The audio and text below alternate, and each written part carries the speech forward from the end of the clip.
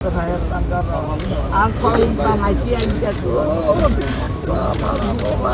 যে শহীদ আলমের মা এখানে আছে, কান্না করছে। একটা পরিবারেই এই যে কান্নাটা বহন করে বেড়ায় যতক্ষণ তার জীবন থাকে। একজন মা কাছে সন্তান সবসময় সন্তানের মতো, এবং আমরা হয়তো বা কিছু কি করছি না করছি এটা বড় কথা নয়, কিন্তু মার কাছে তার সন্তানই। আমি মনে করি আজকে চট্টগ্রাম সিটি কর্পোরেশন আমরা প্রথম থেকেই শহীদদের পাশে দাঁড়িয়েছি এবং যারা আহত তাদের পাশে দাঁড়িয়েছি, এবং আমরা তাদের পুনর্বাসনের জন্য যা যা করার ইনশাল্লাহ আমরা করব।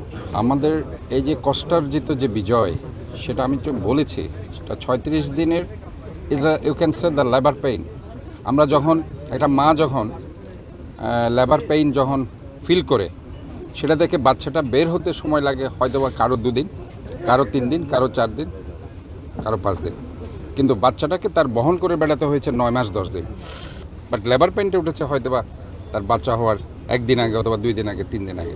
আমরা ওই 36 দিনটাকে ওই লেবার পেইন পিরিয়ড ধরতে পারি, কিন্তু বাচ্চাটা বহন করেছে যারা, যে মা, সে মার কষ্টটা তো বুঝতে হবে।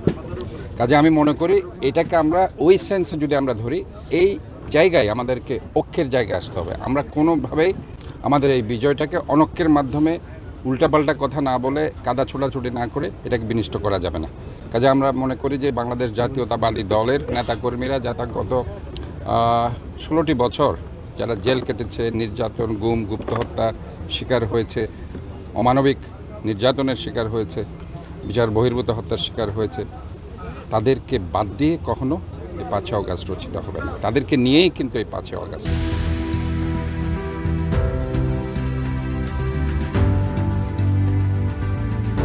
কারণ আমি বারবার বলছি, এই জায়গায় কিন্তু আমাদের অনৈক্যের কোনো সুযোগ নেই।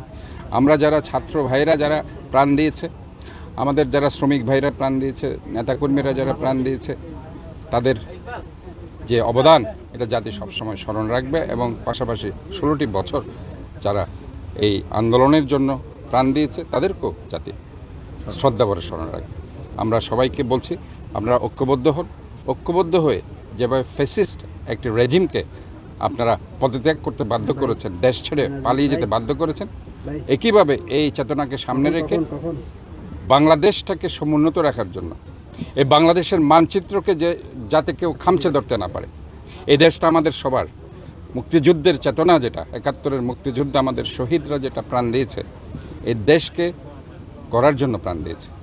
এটা মহান মুক্তিযুদ্ধে তারা শহীদ হয়েছে। কাজে আমি মনে করি যে আজকের এই দিনে মহান মুক্তিযুদ্ধের যে চেতনা, সেই চেতনাকে সামনে রেখে, 90-এর স্বৈরাচার বিরোধী আন্দোলনের যে চেতনা, সেই চেতনাকে সামনে রেখে, ফাইনালি জুলাই আগস্টের এই চেতনাকে সামনে রেখে আমরা যদি এগিয়ে যেতে পারি এবং একটা ঐক্যের ধারায় যদি আমরা ফিরতে পারি, তাহলে আমাদের যে কাঙ্ক্ষিত যে বাংলাদেশের আমরা স্বপ্ন দেখেছি, একটি দুর্নীতিমুক্ত সমৃদ্ধশালী বাংলাদেশ, এই বাংলাদেশ আমরা করতে পারি। ওনার মা যে কান্না করছে, উনি কেন কান্না করছে? আমার মৌলিক অধিকার নেই, আমি খেতে পারছি না, আমার বাসস্থান নেই, আমার শিক্ষা নেই, আমি স্বাস্থ্য নেই, আমি ঠিকমতো ওষুধ খেতে পারছি না। কাজে এই জায়গায় গিয়ে আমাদেরকে বুঝতে হবে আমাদের যে মৌলিক অধিকার নিশ্চিত, জাতিকে তার নাগরিকের মৌলিক অধিকার নিশ্চিত করতে হবে। যতক্ষণ না নিশ্চিত করতে না পারবো, ততক্ষণ পর্যন্ত আমি মনে করতে পারি যে আমি আসলে জাতি গঠনে ব্যর্থ হয়েছি।